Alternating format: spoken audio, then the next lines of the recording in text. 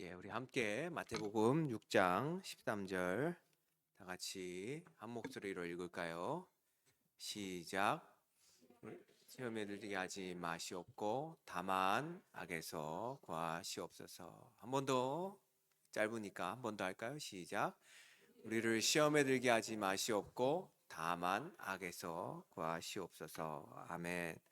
감사합니다. 자리에 앉으시겠습니다.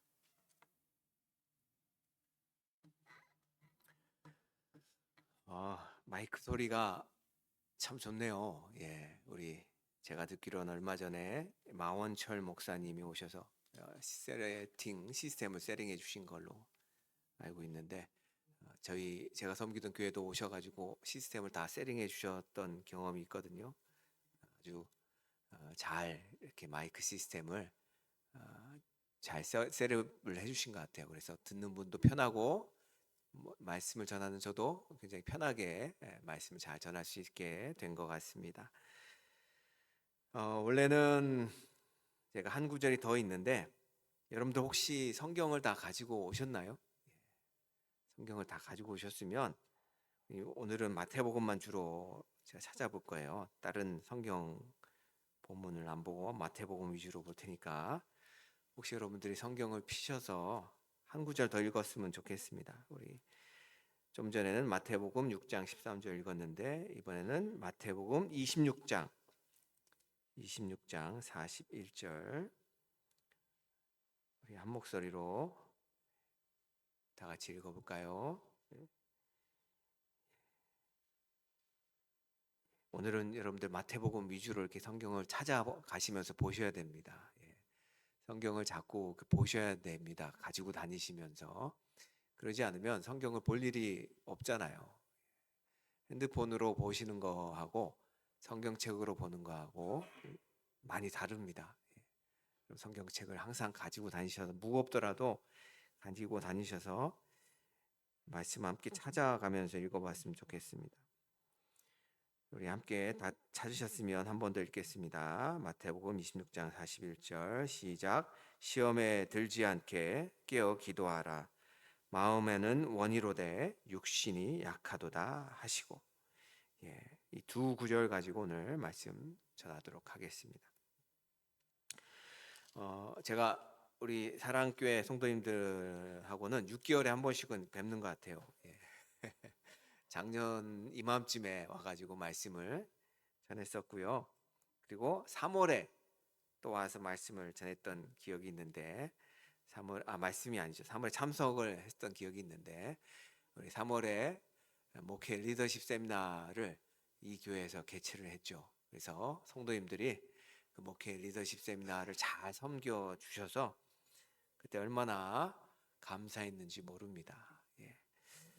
그래서 저는 이 사랑제일교회, 비록 한 2시간 떨어져 있는 곳에 거하고 있지만 항상 사랑제일교회를 생각하면 주님께서 귀하게 쓰시는 교회다라는 생각을 가지게 됩니다. 여러분 동의하시죠? 아멘. 많은 교회들이 존재하지만 그 교회들이 주님이 원하시는 대로 순종하지는 않습니다. 어떤 교회는 주님 뜻과는 전혀 다른 자신들의 뜻대로 교회를 움직이는 그러한 곳들도 있죠. 그러나 사랑제일교회는 제가 볼 때 주님의 뜻이 무엇인지 찾고 그 뜻대로 순종하려고 애쓰시는 교회라고 생각이 듭니다. 그래서 주님 보실 때 참 귀한 그릇이다라는 그런 마음이 듭니다. 아멘.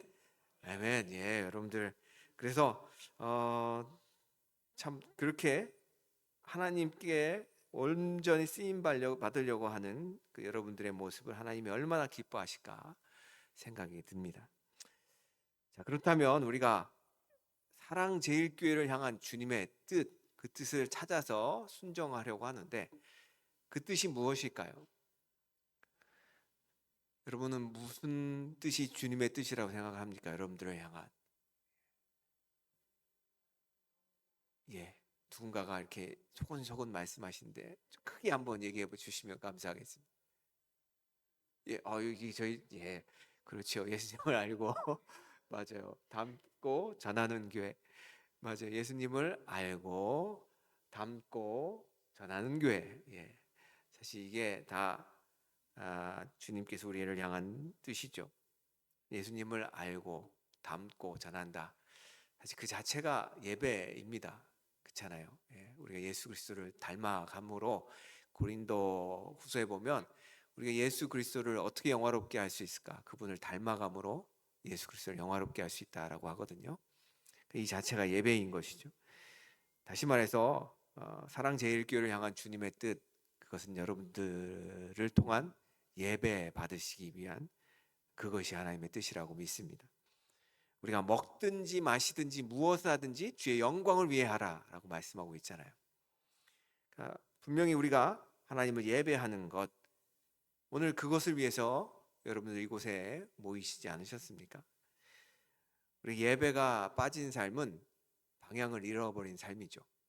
그리고 예배가 없는 교회는 존재의 이유를 잃은 교회입니다. 여러분, 우리가 살아있는 이유가 뭘까요? 우리가 호흡하는 이유, 우리가 마지막까지 숨을 쉬는 이유, 그것은 바로 하나님을 예배하기 위해서입니다. 여러분, 우리가 천국에 가면 무엇을 하는 걸까요?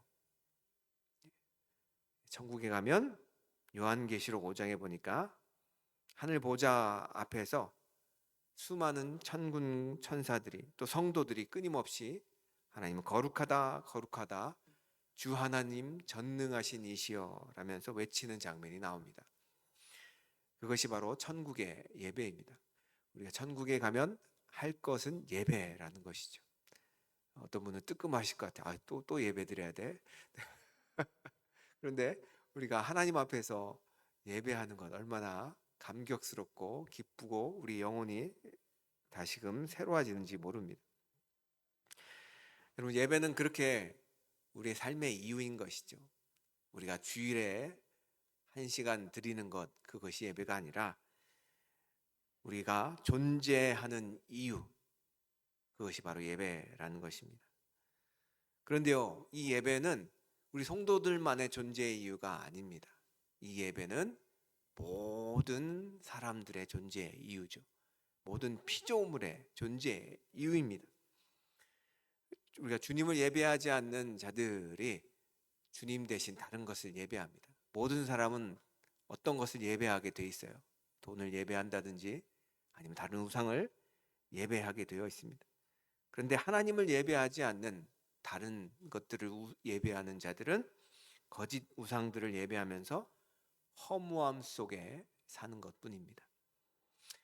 자, 그러나 그들이 주님을 알게 되고 주님을 예배하게 되면 삶의 존재의 이유를 바로 찾게 되는 것이죠. 자, 여기서 한번 생각을 해보겠습니다. 우리가 예배가 모든 피조물의 존재의 이유라고 한다면 특별히 왜 교회라는 이 기관을 하나님께서 세우셨을까? 모든 피조물이 하나님을 예배하는 것이라고 한다면 교회도 그 피조물 속에 속해서 하나님을 예배하면 되잖아요. 근데 하나님이 특별히 교회를 따로 두신 이유가 있죠. 그것은 교회에게 특별한 사명을 주셨기 때문이에요. 곧 예배가 없는 곳에 예배를 세우라는 것이 바로 교회의 사명입니다. 하나님을 모르는 자들을 복음으로 예배자로 세우는 것, 이것이 교회에 주신 하나님의 사명이라는 것입니다. 그 사명을 위해서 하나님이 우리를 세상 가운데 보내셨습니다. 예수님께서 승천하시기 전에 제자들에게 지상명령으로 주신 말씀, 마태복음 28장에 너희는 가서 모든 민족을 제자 삼아 내가 너에게 분부한 모든 것을 가르쳐 지키게 하라 라고 말씀하고 계시죠. 그것이 교회의 존재 목적입니다. 하나님의 복음, 예수 그리스도의 복음을 세상 가운데 증거함으로 예배가 없는 곳에 예배를 세우는 일, 복음으로 예배자를 세우는 일, 그것이 교회에 하나님이 주신 사명이고 교회를 세우신 이유라는 것입니다. 자, 이 일을 위해서 사랑제일교회는 열심히 주님의 말씀에 순종하고 계십니다. 제가 볼 땐 그래요. 구옥락 목사님도 지금 아프리카에 나가 계시잖아요. 이 사명을 감당하기 위해서 그곳에서 수많은 주님의 종들을 가르치잖아요. 그들이 복음을 듣고 말씀을 가르침 받고 나아가서 그들이 하는 일이 뭘까요? 가서 예배 드리는 거예요. 예배를 드리고 함께 주님을 높이며 또 복음을 그 옆에 있는 민족들에게, 옆에 있는 사람들에게 전함으로 그들도 또 하나님을 예배하도록 만드는 것. 놀라운 일을 지금 하나님의 말씀에 순종하며 우리 사랑제일교회가 감당하고 있다는 것이죠. 그럼 지난 3월에 여러분들이 섬기셨던 목회 리더십 컨퍼런스도 여러분들이 40여 명의 목사님들을 섬기시고 그들을 힘 있게 만들어 주셨잖아요. 그러면 그들이 다시금 그들의 교회에 돌아가서 무슨 일을 할까요? 다시금 또 예배를 새롭게 하고 복음을 전하고 교회가 새롭게 되는 거예요. 여러분들이 그 놀라운 일들을 잘 감당하고 계시다는 것입니다. 그래서 그러한 사랑제일교회를 보면 참 주님께서 기뻐하시는 교회다라는 생각이 듭니다. 아멘이 한 분밖에 안 하시네요. 아멘. 여러분들 하나님 막 주님이 우리를 교회를 기뻐하신다 그 마음을 가지시고 주님의 뜻대로 더욱 그렇게 복음으로 예배 세우는 일들에 힘쓰시는 우리 성도님들 되시길 바랍니다. 여러분 그런데 우리가 그렇게 하나님을 예배하고 복음을 전하러 가고 그렇게 하나님의 일들을 할 때에 사단도 가만히 있지 않죠. 사단도 역시 우리를 여러 방식으로 유혹합니다. 며칠 전에 흥미로운 이야기를 들었습니다. 누군가가 인공지능에게, 이 챗GPT에게 이렇게 물었다고 합니다. 네가 만약에 악마라면 세상을 어떻게 파괴하겠느냐? 그랬더니 이 챗GPT가 이렇게 대답했다고 합니다. 총 7가지 전략을 제시했다고 하는데요. 한번 제가 읽어보도록 하겠습니다. 만약 악마가 된다면 다음 세대의 젊은이들의 정신을 그들이 눈치채지 못하게 파괴하는 방법은 다음과 같을 것입니다. 첫 번째, 폭력 대신 편리함.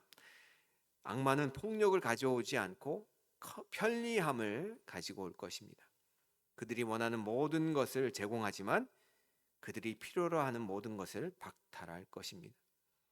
두 번째, 고독한 연결. 그들을 연결되어 있다고 느끼게 만들지만 실제로는 완전히 고독하게 만들 것입니다. 끊임없이 즐거움을 주지만 그 이면에는 조용히 공허함이 자리 잡게 할 것입니다. 세 번째, 진실의 붕괴. 진실과 의견 사이의 경계를 흐리게 만들어서 결국 아무것도 의미를 갖지 못하게 할 것입니다. 네 번째, 목표 상실. 그들에게 목적 대신 도파민을 쫓도록 가르칠 것입니다. 그들 스스로를 숭배하게 만들지만 동시에 자신이 누구인지를 혐오하게 만들 것입니다. 다섯 번째, 무관심으로의 파괴. 전쟁이 아닌 무관심으로 그들을 파괴할 것입니다. 그들은 산만하고 멍한 상태로 항상 스크롤만 하는 상태에 머무르게 할 것입니다. 여섯 번째, 가족 해체. 가족을 재정의하며 해체시킬 것입니다. 아버지는 선택사항이 되고 어머니는 지치게 되며 아이들은 혼란스럽게 될 것입니다. 일곱 번째, 조용한 몰락. 아이들이 온전한 문장으로 말하기도 전에 휴대전화를 손에 쥐어들고 그들의 정신이 천천히 달콤하게 조용히 썩어가는 것을 지켜볼 것입니다. 가장 영리한 부분은 그들이 다음 세대가 결코 그것이 악마의 짓이었다는 것을 알지 못하게 하는 것입니다. 오히려 그들은 이러한 상태를 자유라고 부를 것입니다. 사랑하는 우리 사랑제일교회 성도 여러분, 얼마나 무섭고 교묘합니까? 폭력보다 더 무서운 유혹은 편리함과 무감각입니다. 사단은 우리를 감옥에 가두지 않습니다. 대신 화려한 감옥을 만들어서 그 안에서 우리가 자유롭다라고 느끼게 착각하게 만든다는 것이죠. 그런데요, 여러분들 이렇게 인공지능 이야기를 하다 보면 많은 분들이 인공지능이 인격을 가진 그러한 존재라고 생각을 하는데 절대 그렇게 생각하시면 안 됩니다.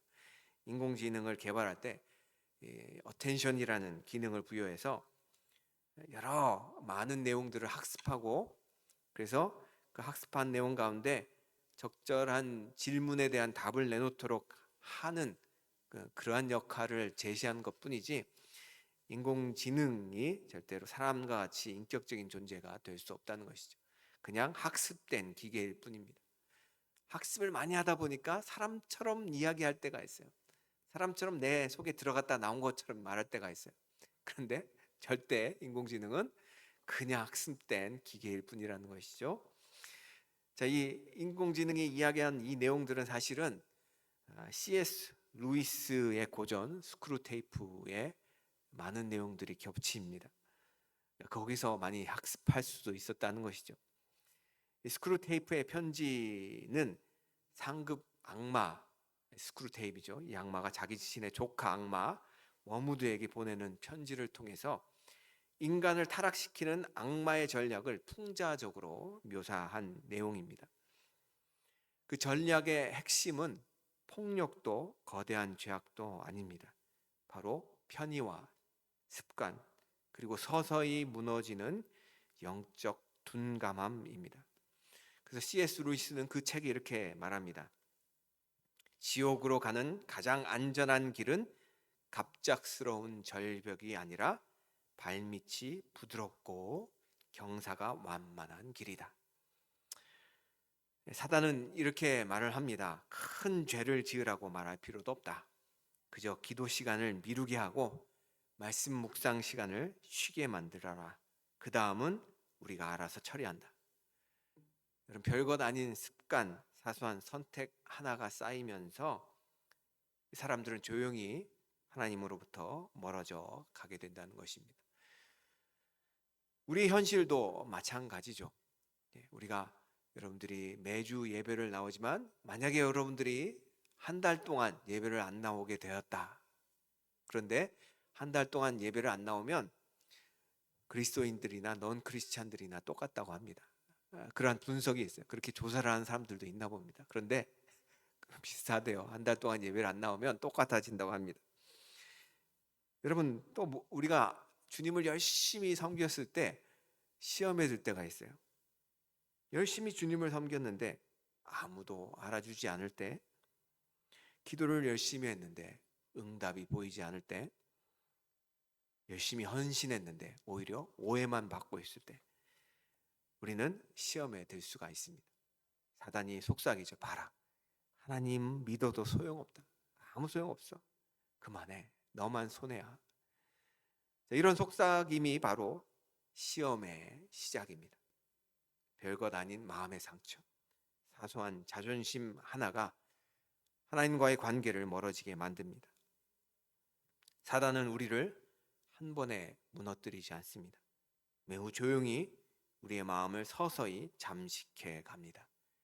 작은 선택 하나, 작은 결정 하나를 통해서 이거 해도 괜찮겠지. 지금 내 마음이 어려운데, 내 마음이 힘든데, 이 정도는 괜찮겠지라는 그 작은 선택 하나를 통해서 하나님과 점점 멀어지게 된다라는 것이죠.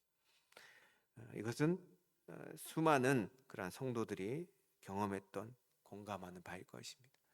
리고 오렌 목사님이 오늘날의 그리스도인들이 실패하고 지고 있는 영역이 있는데 그것은 마음의 영역이다라고 표현을 했어요. 마음에서 그리스도인들이 그렇게 하나님과 멀어지게 만드는 그 사단의 유혹에 지고 있다는 것이죠. 자, 그렇다면 어떻게 해야 될까요? 사랑하는 성도 여러분, 오늘 우리가 읽은 이 마태복음 6장 13절의 말씀에는 예수님이 우리가 시험에 들지 않도록 기도하라는 예수님의 가르침이 들어가 있습니다. 마태복음 6장 13절에 보면 이 시험이라는 단어, 헬라어로 페이라스모스라는 이 단어가 나오는데요. 이 단어는 신약 성경에서 두 가지 의미로 쓰여졌습니다. 같은 단어인데 두 의미를 가지고 있습니다. 첫 번째는 테스트입니다. 하나님께서 우리의 믿음을 단련하실 때 우리를 테스트하시죠. 그때 쓰인 단어가 바로 페이스라스모스입니다. 두 번째는 유혹입니다. 사단이 우리를 넘어뜨리려 할 때 유혹이라는 표현, 똑같은 단어 페이라스모스입니다. 즉 동일한 단어가 하나님과 사탄의 관점에서 전혀 다른 결과를 내놓고 있는 것이죠.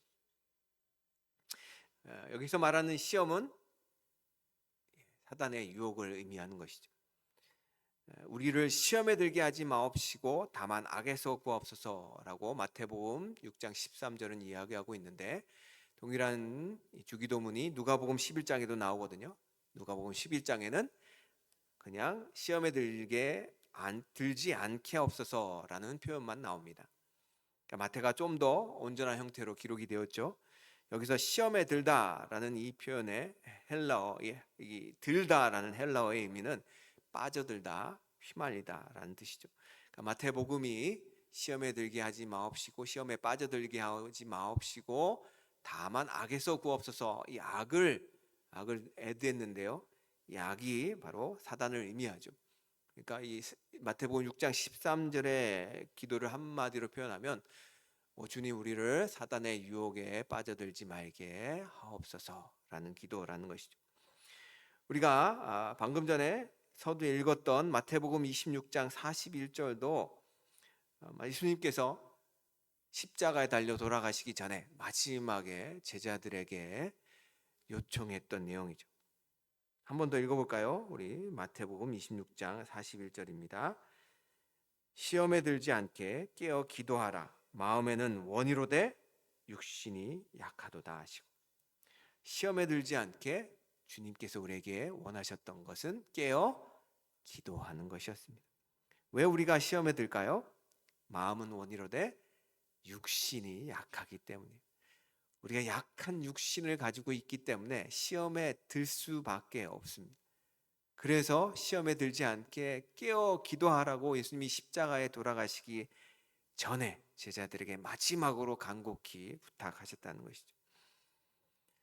그런데 우리가 오해하는 부분이 있습니다. 우리 연약한 육신을 가지고 있기 때문에 그러면 이 육신의 노예인가? 육신을 우리가 떨쳐버릴 수도 없고 우리의 육체의 연약함의 노예인가? 라는 잘못된 생각을 가질 수 있습니다. 그러나 주님은 우리에게 분명하게 얘기하고 계시죠. 너는 내 것이다 라고 얘기하고 계십니다. 고린도전서 6장에 보면 너희는 너희의 것이 아니라 값으로 산 자가 되었다. 예수 그리스도의 핏값으로 우리를 샀다라고 얘기하고 계십니다. 그 말은 우리는 더 이상 죄의 노예도 아니고 사탄의 노예도 아니고 죽음의 노예도 아닙니다. 우리는 예수 그리스도의 소유, 그분의 몸과 하나 된 자들입니다. 우리의 소속은 더 이상 이 땅에 있지 않고 영원한 하나님의 나라에 속해 있습니다. 하지만 여전히 우리는 육신을 가진 연약한 존재이기에 유혹의 영향을 받을 수밖에 없습니다. 이 땅에 살면서 땅의 것의 영향을 받을 수밖에 없다는 것이죠. 제가 종종 운전을 하다 보면 묘지가 길가에 자리한 것을 봅니다. 그러면 이런 생각을 할 때가 있어요. 내가 저기에 묻혀 있으면 그런 시험이나 유혹에 전혀 흔들리지 않을 텐데, 우리가 살아있기 때문에, 이 육신을 가지고 있기 때문에 우리는 시험과 유혹의 연속 속에 있다라는 것이죠. 예수님도 우리가 그런 연약한 존재임을 너무나 잘 알았기 때문에 주기도문의 마지막 부분에 시험에 들지 않게 기도하라라고 말씀하시는 것이죠. 시험에 들지 않게 하시고 다만 악에서 구하옵소서라고 가르친 것입니다. 여러분, 악에서 구해 달라라고 하는 이 기도는 우리 힘으로는 안 된다는 의미예요. 우리 연약한 육신으로는 안 되기 때문에 하나님을 의지하라, 하나님을 붙들어라, 그분께 기도하라 라는 것입니다. 중요한 것은 시험은 피할 수 없지만 중요한 건 주님이 지금도 우리를 붙들고 계시다는 것입니다. 주님의 그 사랑에서 어떤 것도 끊을 수 없다라고 로마서 8장에 나와 있지 않습니까? 그것이 얼마나 감사한 일입니까? 우리가 하나님께 나아가 우리를 구해달라고 기도할 때 그 어떤 것도 우리를 흔들 수 없다라는 것입니다. 그래서 우리는 사랑의 주님께 기도해야 됩니다. 온누리 교회를 이끌었던 하영조 목사님께서 수십 년 동안 최선을 다해 교회와 하나님의 나라를 섬겼죠. 그런데 그의 헌신의 결과는 병든 몸이었습니다. 그런데 그는 나약한 이 병약한 몸을 가지고 끝까지 강단에 서서 이렇게 말하였습니다. 여러분, 생각 대신에 기도하셔야 합니다. 문제가 생기면 생각하지 말고 기도하십시오. 생각하면 내가 움직이고, 기도하면 하나님이 움직이십니다. 기도하면 믿음이 생기고, 믿음이 들어오면 이미 승리한 것입니다. 이 말씀을 전하는 하영주 목사님의 모습은 병으로 인해서 고통받고 있는 나약한 그러한 목사님의 모습일 뿐이었습니다. 그러나 그의 눈빛은 달랐습니다. 그의 눈빛은 하늘을 쳐다보며 그 눈에서 광채가 일어났습니다. 여러분, 우리가 생각에 빠질 때는 인간의 방법을 찾습니다. 생각에 빠질 때 내가 헌신했던 대가가 결국 병든 몸인가 라며 좌절할 수가 있습니다. 그때 우리가 기도하면 하나님이 우리에게 믿음을 주시고 하나님이 일하시기 시작하십니다. 여러분, 제가 작년에 와서 여러분들에게 뭐라고 부탁을 드렸던 거 혹시 기억하시나요? 기도하라고 말씀하시면서 누워서도 기도하실 수 있다라고 말씀을 드렸는데 기억하시나요? 예. 그럼 누워서라도 우리가 기도합시다. 연약한 육체를 가지고 있지만 누워서라도 기도합시다. 여러분, 스스로가 기도 못하면 다른 사람에게도 기도를 부탁합시다. 다른 사람에게 나를 위해서 좀 기도해줘 라고 기도 부탁을 합시다. 여러분, 예수님도 시험을 받으셨어요. 광야에서 40일을 금식하신 후에 사단이 찾아와서 세 가지 유혹을 던졌습니다. 첫 번째 유혹은 돌을 떡으로 만들어라 라는 유혹이죠. 지금 얼마나 배가 고픈지 그 지금 당장의 필요를 채우라는 유혹입니다. 두 번째는 성전 꼭대기에 뛰어내려라. 그러면 천사들이 너를 붙잡을 것이고 사람들이 너를 찬양할 것이다. 그래서 네가 하나님의 아들인 것을 사람들에게 밝히 보여줄 것이다. 명예의 유혹이죠. 세 번째는 내게 와서 절하라. 내게 절하면 세상 모든 영광을 주겠다라고 권세의 유혹을 합니다. 겉으로 보면 그럴싸합니다. 그런데 예수님이 이 세상에 오신 이유가 무엇입니까? 십자가에 달려 죽으심으로 말미암아 우리에게 구원의 길을 여시려고 오신 것 아니겠습니까? 마귀가 제시하는 길을 보면 십자가 없이도 사람들을 구원할 수 있을 것 같아요. 그렇잖아요. 성전에서 뛰어내려서 천사가 자기를 받아들이면 야, 하나님의 아들이 왔다라고 하지 않겠습니까? 마귀에게 절만하면 세상의 모든 것을 준다고 하지 않았습니까? 마귀의 뜻대로 하면 십자가 없이도 세상을 구원하는 일을 쉽게 할 수 있을 것처럼 보입니다. 하지만 그 쉬운 길이 바로 시험의 길입니다. 그것은 마귀의 쉬운 슬로프입니다. 그 쉬운 길을 선택할 때 마귀의 유혹에 빠져들어가는 것입니다. 그러나 예수님은 그 마귀의 유혹을 어떻게 물리치셨나요? 말씀으로 물리치셨습니다. 사람이 떡으로만 살 것이 아니요 하나님의 말씀으로 살 것이다. 주 너의 하나님을 시험하지 말라. 주 너의 하나님께 경배하고 그분만 섬기라. 예수님은 시험을 받으셨을 때 말씀으로 하나님의 뜻으로 그 시험의 그 유혹을 이기셨다는 것입니다. 여러분, 예수님이 십자가의 길을 가시려고 했을 때 또 누가 와서 예수님을 유혹합니까? 누가 와서 유혹했을까요? 베드로가 와서 유혹했죠. 수제자 아닙니까? 예수님이 내가 십자가에 달려 죽어야 되겠다라고 하니까 베드로가 예수님을 향해서 그 길을 가지 말라고 타이릅니다. 그때 예수님은 베드로에게 무엇이라고 말씀하십니까? 제가 오늘 여러분들에게 성경을 또 계속 마태복음만 찾아보면 된다고 했죠. 마태복음 16장 23절 같이 한번 찾아서 읽어보도록 하겠습니다. 16장 23절입니다. 마태복음 16장 23절.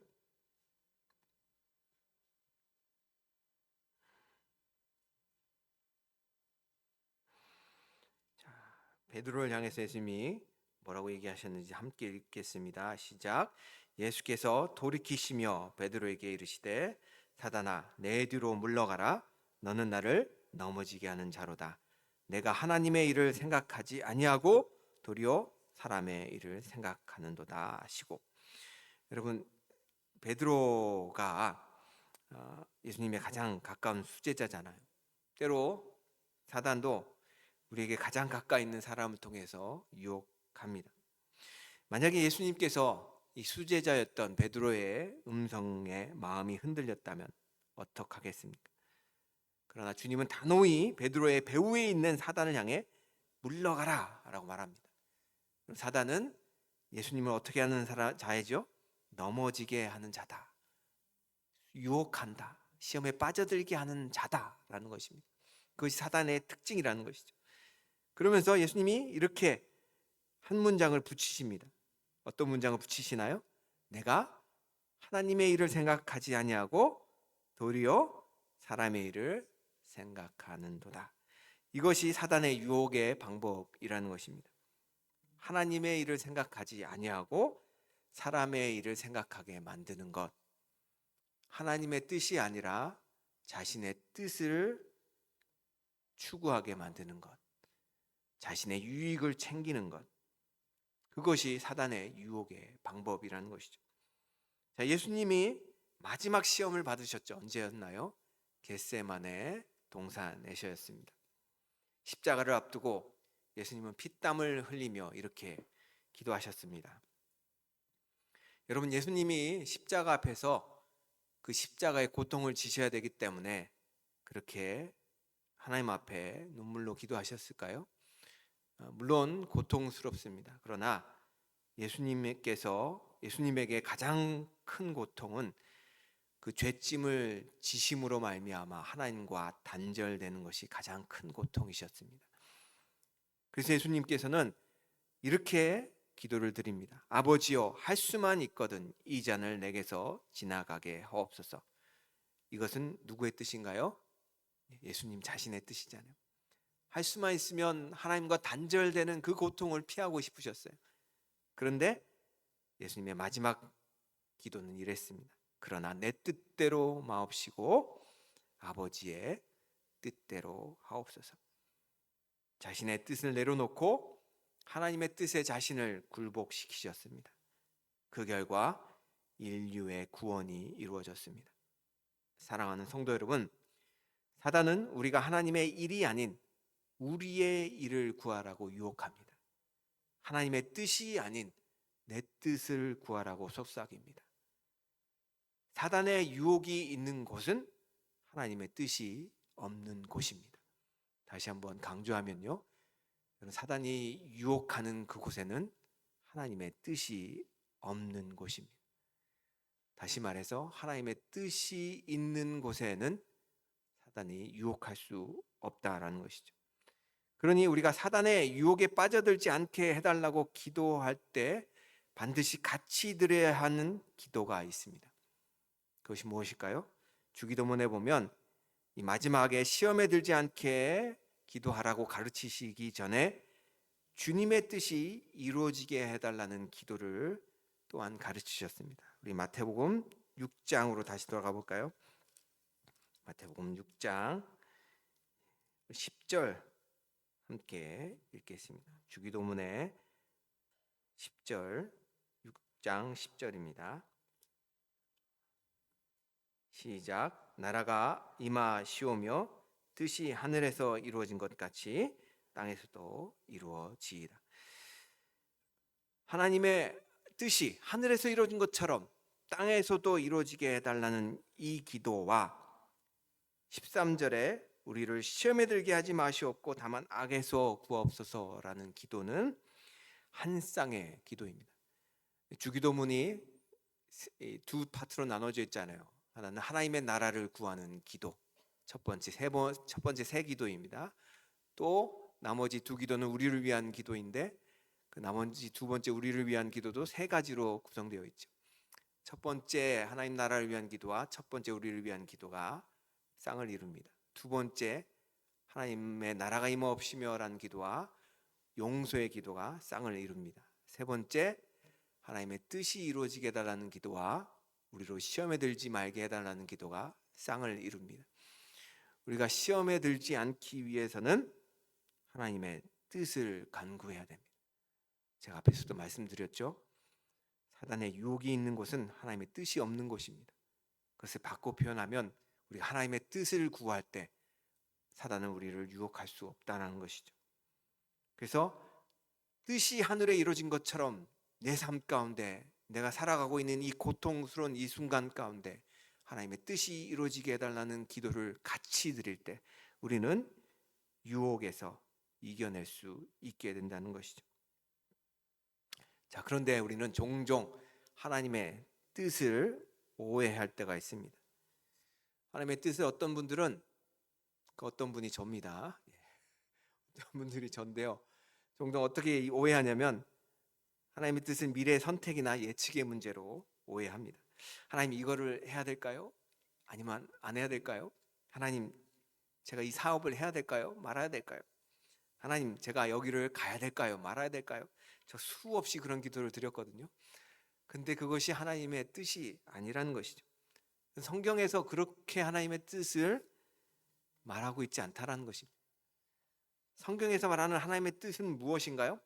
우리가 하나님의 뜻을 성경에서 찾아야 되잖아요. 성경에서 말하는 하나님의 뜻, 예수님이 분명하게 요한복음 6장에 말씀하고 계세요. 예수님을 믿고 영생을 얻는 것이 하나님의 뜻이다. 자, 그렇다면 우리가 영생은 무엇일까 생각을 해봐야 되잖아요. 영생을 얻는 것이 하나님의 뜻이라고 한다면, 그럼 영생이 단순히 영원히 산다는 시간적인 의미일까요? 그럼 시간조차도 피조적인 개념이죠. 하나님께서 만드신 개념이 시간이에요. 영원이라는 것은 시간 개념으로, 영원한 생명이라는 것은 시간 개념으로 우리가 이해해서는 안 됩니다. 영생이라는 것은 다름 아니라 하나님의 생명을 의미합니다. 하나님의 생명을 가진 우리가 하나님과 함께 영원히 거함을 의미합니다. 그것이 바로 영생이라는 것이죠. 다시 한번, 영생은 무엇이라고요? 하나님의 생명, 그 생명을 가진 우리가 하나님과 영원히 거하는 것, 그것이 영생을 의미한다는 것이죠.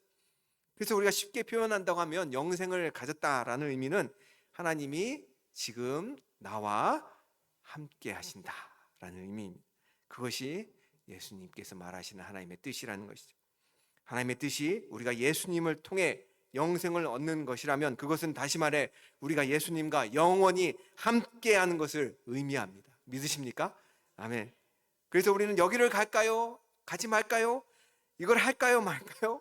그렇게 하는 것이 하나님의 뜻을 구하는 것이 아니라, 그렇게 해서 만약에 내가 하나님 뜻대로 순종 안 해서 혹시나 저주받거나 혼날까봐 그렇게 하나님을 구하라는 것이 하나님의 뜻이 아니라, 하나님의 뜻은 우리의 삶의 자리에서 그분의 임재를 드러내길 원하신다는 것이 바로 그분의 뜻이라는 것이죠. 때로는 이해가 되지 않아도 하나님은 그 자리에서 우리를 붙들고 계심을 믿는 것, 그리고 그분께서 우리와 함께 그곳에 계심으로 우리를 그 어려운 상황을 견디도록 힘을 주신다는 것을 우리를 통해서 세상이 볼 수 있게 만들어주는 것, 그것이 하나님의 뜻을 이루는 삶입니다. 또 한 가지 하나님의 뜻에 대한 오해가 있습니다. 우리가 종종 하나님이 이거를 허락하시면 하나님이 기뻐하실 거야, 기뻐하시기 때문에 이걸 허락하셨을 거야 라고 오해할 때가 있습니다. 물론 기뻐해서 허락하실 때도 있죠. 그러나 꼭 그렇지는 않습니다. 우리가 탕자의 비유를 보면 알 수가 있습니다. 둘째 아들이 아버지에게 유산을 달라고 했습니다. 아버지가 아직 살아있는데 재산을 달라고 하는 것은 그 당시에는 아버지를 죽은 사람 취급하는 것이었습니다. 그럼에도 아버지는 그것을 허락하셨습니다. 왜일까요? 그 일이 기뻐서가 아니라 아들의 자유의지를 존중하지만 결국 그가 깨닫고 돌아오게 하려는 사랑 때문이었습니다. 마찬가지로 하나님도 때로는 우리가 원하는 것을 허락하십니다. 그 허락 속에서도 하나님은 여전히 회복의 길을 준비하십니다. 하나님의 뜻은 미래의 길을 알려주는 점괘가 아닙니다. 하나님은 지금 이 자리에서 나와 함께 계시다는 것을 여러분들이 아는 것, 그것이 하나님의 뜻입니다. 하나님은 우리가 이해하지 못하는 일도 허락하십니다. 그런 하나님이 기뻐해서 허락하시는 것이 아니죠. 그러나 그 안에서도 내가 실패하고 내 욕심대로 떠나간 그 자리에서도 내가 너와 함께 있다라고 말씀하십니다. 그것이 바로 우리의 소망이라는 것이죠. 사랑하는 성도 여러분, 우리가 말씀의 결론을 맺도록 하겠습니다. 하나님의 뜻은 여러분을 천국으로 보내시는 것이에요. 아멘. 예. 우리에게 영생을 주시는 것이 하나님의 뜻이라고 한다면 여러분들 천국으로 보내시는 것이 바로 하나님의 뜻이라는 것이죠. 그럼 천국에서 무엇을 한다고 했죠? 예배. 예배 드리기 싫은데 하시는 분은 큰일 나는 것입니다. 천국에서 우리는 하나님을 예배하는 것입니다. 그런데 우리는 지금 이 세상 가운데 거하고 있죠. 유혹 가운데, 마귀의 유혹, 우리를 넘어뜨리게 하는 유혹 가운데 거하고 있습니다. 우리가 무엇을 해야 됩니까? 하나님 앞에 기도해야 됩니다. 기도해야 돼. 하나님, 우리를 이 시험에 들지 않게 해달라고 기도해야 됩니다. 그 기도뿐만 아니라 동일하게 또 무엇을 위해 기도해야 된다고 말씀드렸죠? 하나님의 뜻이 지금 나와 함께 계시는 그 주님의 임재가 나를 통해서 내 가정과 내 직장과 내 삶을 통해서 드러나게 해달라고 기도해야 된다는 것이죠. 여러분, 우리가 어떤 시험이 와도 놓치지 말아야 할 한 가지, 여러분, 우리는 악한 날이 이미 와 있습니다. 여기 계신 분들은 많은 분들이 사랑하는 사람들을 잃어버렸습니다. 몸이 아프고 삶이 버겁고 자녀가 내가 원하는 대로 되지 않고 우리는 이미 악한 날이 와버렸어요. 그때 우리가 놓치지 말아야 될 한 가지, 그것은 주님이 나와 함께 계신다는 사실입니다. 세상 그 어떤 것을 잃어도 괜찮습니다. 그러나 하나님의 임재만큼은 놓치지 마십시오. 2세기 우리 폴리캅이라는 주교가 있었습니다. 초대교회의 감독이었는데요. 그는 나이가 많았습니다. 근데 그가 로마의 박해 아래 체포되어서 화형을 앞두고 있었습니다. 그에게 그를 존경하던 로마 군인들조차 그를 존경했는데 그에게 이렇게 한 번만 애걸복걸하면서 이야기합니다. 한 번만 예수님을 부인해라. 그러면 살려주겠다. 그런 제안을 받았을 때 폴리캅이 시험의 때잖아요. 마지막 시험의 때잖아요. 여러분들 같으면 어떻게 하겠습니까? 한 번만 이라는데 나를 이렇게 존경하는 로마 군인이 한 번만이라는데, 그런데 그 시험의 때 그는 이렇게 대답을 했습니다. 86년 동안 나는 그분을 섬겨왔으나 그분은 단 한 번도 나를 잘못 대하신 적이 없습니다. 그런데 내가 어찌 내 왕을 모독할 수 있겠습니까? 폴리캅은 결국 불길 속에서도 찬송하며 순교했습니다. 그의 승리의 비결은 단 하나, 주님이 지금 나와 함께 계신다는 것입니다. 여러분, 주님이 여러분들과 함께 계십니다. 여러분들을 천국으로 인도하십니다. 그분의 손을 꼭 붙드십시오. 그 손은 여러분을 영원한 나라로 인도하실 것입니다. 이 시간 기도하겠습니다. 주님, 우리가 생각하기보다 먼저 주님께 기도하게 하옵소서. 시험에 들지 않게 하시고 악에서 구해달라고 기도하게 하여 주시옵소서. 무엇보다 주님의 뜻이 내 삶 가운데 이루어지기를 기도하게 하여 주시옵소서. 주님이 지금 나와 함께 계심을 믿고 그 믿음으로 유혹을 이기게 하시고 영원한 당신의 나라를 바라보게 하여 주시옵소서. 예수님의 이름으로 기도하였습니다. 아멘.